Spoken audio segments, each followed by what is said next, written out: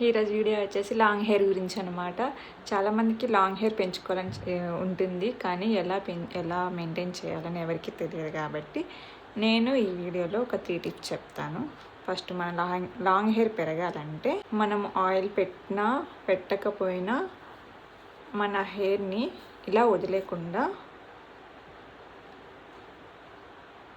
Just ఇలా చివరి వరకు అల్లుకోవాలన్నమాట.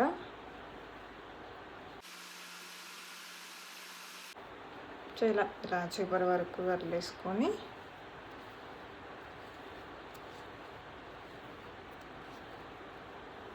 ఈ చివరి ఇలా ఫోల్డ్ చేయాలన్నమాట. ఇలా ఫోల్డ్ చేసి